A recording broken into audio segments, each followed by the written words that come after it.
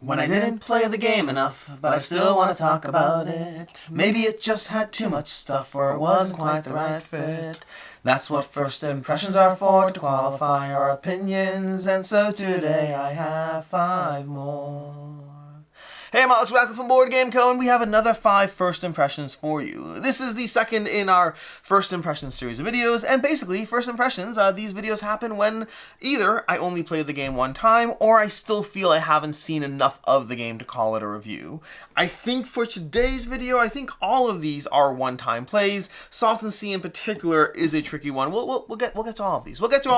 Let's go ahead and start off, and I don't know if we're going to talk about these in order of ranking or not, but let's go ahead and start off with Chu Han. Let's do box size. We're going to do an order of box size over here. Chu Han over here from Atago. This is a 2-player trick-taking game designed by Tom Lehman, a creator of Race for the Galaxy and other games, and that had me very excited for this 2-player trick-taking game designed by him because he's pretty good at games, and I figured, hey, 2-player trick-taking, I'm here for it. This might be a game that needs more plays. That might be the issue here. I did not appreciate it at all after game 1, unfortunately. For me, my initial rating, and keep in mind, these are all first impressions ratings. When I have a first impression, when I'm diving into a game based off of a single play, I would say around 10% of the time my rating does change after multiple plays, especially as you see more or possibly a game that's a little more static. So I will rate these games, but they are all ratings you take with a further grain of salt than the usual different people have different opinions kind of rating. But to that end, Chu Han over here, I'd give this a 2.5 out of 5. I didn't like Chu Han, and I'll tell you why. I didn't feel...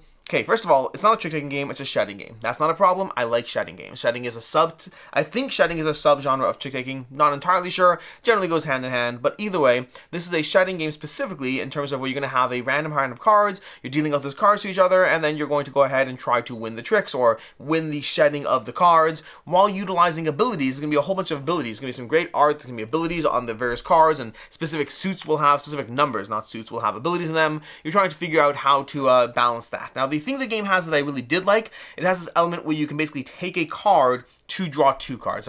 Taking a card sounds weird. Take a token, let's say, to draw 2 cards, and that token basically counts against your score if you lose. So it's a little bit of a gamble. You're giving the other player points if you don't win, but you can draw more cards, possibly giving you, a larger hand of 6s, or in particular in this game, you want to play a bunch of 2s as well. That could be your scoring points because of, well, specific rules in the game. Now, the game also comes with a campaign or scenario mode, not really campaign, a scenario mode where it gives you specific things you're trying to do.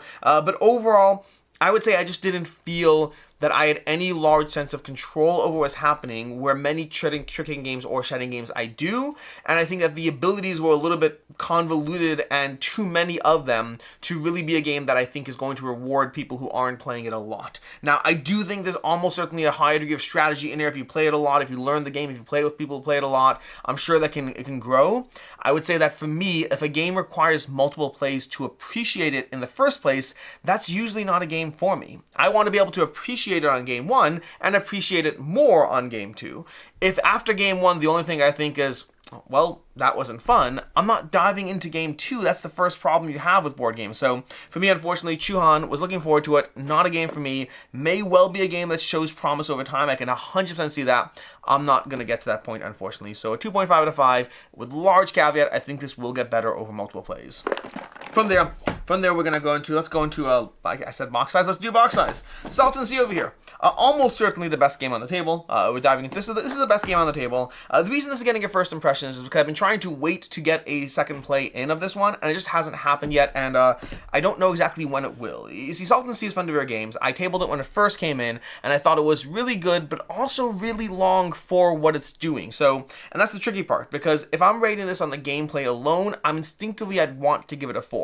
I am bumping it down to a 3.5 out of 5 because I think the complexity, the length of the teach and the length of the game, and the fact that I think it really is a game that plays best at 2 because of that. I think this is not a game I'd want to play at more players. I don't think you get enough extra out of the experience. I think it would just take longer. So for me, I think I am dialing my rating down to a 3.5 out of 5 because the more time has gone on, the more I've realized I only want to play this as a 2-player Euro game. That's all I want to do it as. It's a fascinating game, really well done. The actual mechanics work incredibly well. You're going to be basically trying to, Salton Sea's got a location aspect, but you're going to be trying to rise up on these 3 tracks. You're going to be trying to go further and further down into these mines over here. You're going to be gathering mine cards and then delving into them. And then the main thing that makes the game compelling is all your cash in the game are also ability cards. So whenever you have ability cards or cash, they're kind of interchangeable in the way that you spend these things. But also when you spend it, you're going to get some of the stuff back as well. So there's an interesting puzzle of trying to figure out the tempo of when you need an ability, when you need to spend money, how you're managing that pace and flow of the game. Gathering new cards, buying new cards can really improve your engine, but then again, you are trying to use that money towards that as opposed to the 7 other things you could be doing. It is an incredibly tight game. If you like tight experiences, this is going to give you a tight experience. I think it has a lot to offer. For me, the bigger problem I have is, what does the game time say? Game time says 120 minutes. I think you can probably get it down to 120 minutes at 2 players and after multiple plays. This is a longer experience that's a little harder to table. I think it's a really well done game overall as far as everything going on, as far as the unique aspects of being to the table. Again, initial instinct would have been a 4, but over time I think I mentally put it at a 3.5 because of the barriers to entry, which we're actually going to talk about in our next game over here. Because Bayou Bash over here is another game that's getting dinged on barriers to entry. Rating-wise on this alone would be a 3 out of 5. This instead I'm going down to a 2.5 because I think the complexity to gameplay reward is not well done. See, Bayou Bash over here is from Weird Games, and this is a racing game that honestly is like a hair's breadth away from basically being Thunder Road Vendetta. Like, well, maybe the hair's breadth is a bit too close. It has a lot of gameplay elements that are similar to Thunder Road Vendetta. If you enjoy Thunder Road Vendetta, Bayou Bash does a lot of that stuff. It's going to have your little map over here. It's got the same type of arcing spots over there. You're going to be moving spot to spot. It also has a scatter die. So again, if you haven't played Thunder Road Vendetta, some of this won't make sense to you. But it has a scatter die, and whenever you have a reason to get scattered, you're going to roll your scatter die and move in different locations. So that unpredictability is captured in the same way. You can be able to race into people, hit different zones, try to ultimately win the race, attract and gather fans. The main thing, and the reason Thunder Road Vendetta is so much in my mind when I talk about this game, is I think Thunder Road Vendetta did an excellent job at giving you a lot of game with a very, very, very simple, easy to read and easy to teach game. I mean, easy to read rulebook and easy to teach game. And the amount of gameplay they give you in Thunder Road Vendetta for that depth, whatever, is great. And I think that happens to be one of the best, I guess, ratios as far as the level of game experience versus the level of rulebook and things that get in the way. I think Thunder Road Vendetta has one of the best ratios of any game I've played in that genre for that. But most racing games shouldn't be overly complicated. Whether you're playing Death Road All-Stars or Tiny Turbo Cars or any of them, they usually aren't super complicated games. They don't have to be. Bayou Bash, I think that the target, like, to me, this feels lighter than most of the racing games I play, and the rules felt more complicated and overwrought than most of the racing games I've played. And so to me, gameplay alone would be a 3 out of 5. It's fun, it's good, doesn't stand out, it's okay. But when you throw one of the more works involved to get to that point, this does drop to a 2.5 out of 5. I think there are better racing games out there, and they will take less time, effort, and energy to play. That's going to be Bayou Bash. From there, we're going to move to Wilmot's Warehouse over here. Wilmot's Warehouse is a quirky one from CMYK Games. They obviously brought Monikers as well as Wavelength. They've had very popular games that have been very targeted at mass market, but nothing wrong with mass market. There's an overlap. I think there's games that are mass market and they're not great games. I think there are designer games, and there's also not great designer games, but there's often an overlap where you can find that game that hits the market and does well for both audiences. Games like Monikers, Wavelengths, Codenames, if we're breaking away from CMYK, there's lots of games out there that have done a really good job balancing both. Wilmot's Warehouse is quirky. I think it's a little too much for it to capture some of the success they've had with their other games, but I still think it's a cute game and worth checking out. Although for me, my rating on this is a 3 out of 5, and we'll talk about why.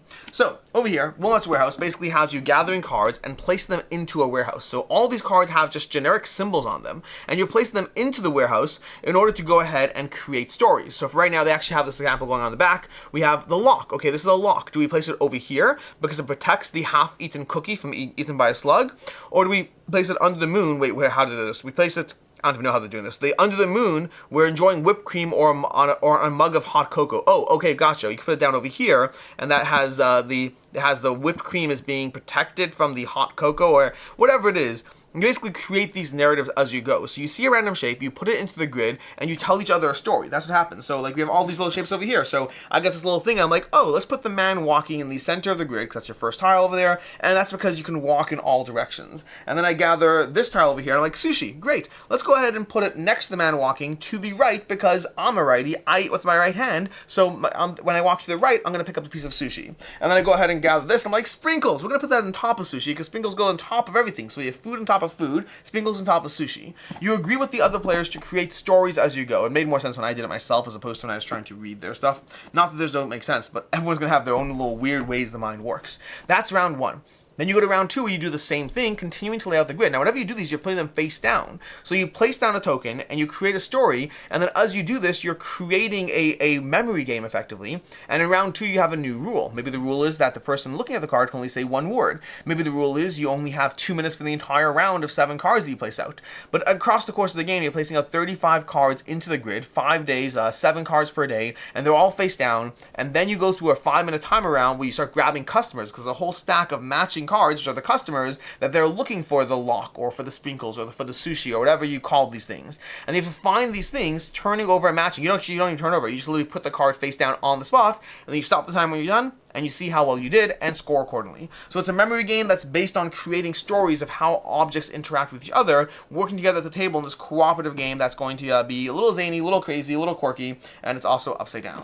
So for me, this is a 3 out of 5. I enjoyed my game of this, but I don't think it's a game that I want to dive into again. I just don't think that kind of sheer memory experience with rules variances. I'm not a huge memory game person, only a few in my collection, and they are very, very specific as to why I like them. Wilmot's Warehouse does do a good job of giving the players a creative journey that they're going on along the way. I am skeptical that I would be that innovative consistently with this game, and I don't think the gameplay experience is, to me, it's more of an interesting, quirky experience that I've enjoyed tabling, but would never ask to table again. So that's where we are with Wilmot's Warehouse. I enjoyed it, and I'm not interested enough to pull it out again. From there, we have King of Monster Island, the second favorite game at the table, because I really like Salton Sea, and I really like King of Monster Island, but I don't know if I like either of them enough for me to keep them. King of Monster Island from Richard Garfield is going to be the newest game in the King of Tokyo universe. There was King of Tokyo, there was King of New York, there was King of Tokyo After Dark, or was that, I don't know if After Dark, whatever it was, the white and the yellow and black box. They have all these different King of Tokyo versions. They have King of Tokyo Duel now as well. That's the newest version. So this is actually not the newest. This is the second newest, because King of Tokyo Duel is the newest one. I've not played King of Tokyo Duel. I've played the others. And King of Monster Island is a cooperative version of that game using the same dice-rolling Yahtzee style gameplay, but against a common foe, the bigger monster who's rising out of the volcano island. You have to take them all down because he's making it worse for all the other good monsters out there. The actual gameplay is basically going to have you have this giant island in the center. You're going to be rolling dice in the center grid. Where they fall will determine the actions of the evil boss that you're fighting against, as you want us from zone to zone, triggering different dice over here, triggering different of his dice over here, generating more monsters that'll get in your way, all while you try to stop him from building his beacons and taking over the world.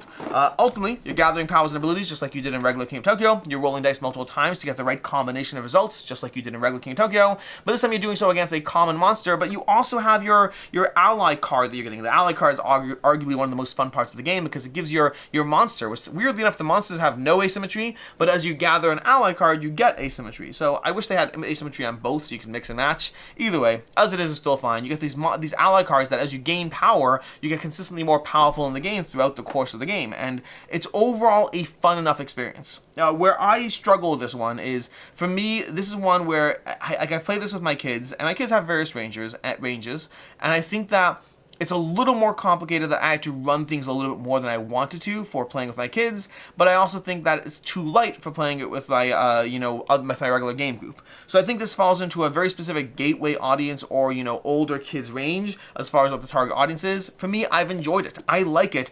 I just don't see the place where I'm going to pull it out and play it more. It's a little too chaotic in life for my game group and a little too much for my kids. I think King of Tokyo is actually a little bit more straightforward for young kids. I've played King of Tokyo with my kids and they've done just fine. This one adds a little bit more as far as the understanding what's going on overall. I think it's still a good addition to the series, and I think I'd still recommend getting King of Tokyo first. And if you're just a huge King of Tokyo fan and you want more in the universe, by all means, pick up King of Monster Island. Personally, King of New York, I don't really recommend at all. I think it's just worse than King of Tokyo. King of Tokyo After Dark, same situation, and King of Tokyo Duel, haven't played at all.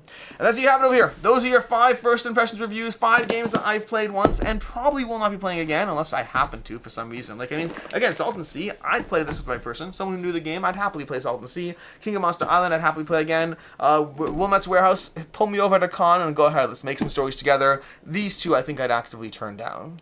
Anyways, until next time, I'm Alex Radcliffe from Board Game Co. I hope you found this video helpful, and as always, I hope you have a good one.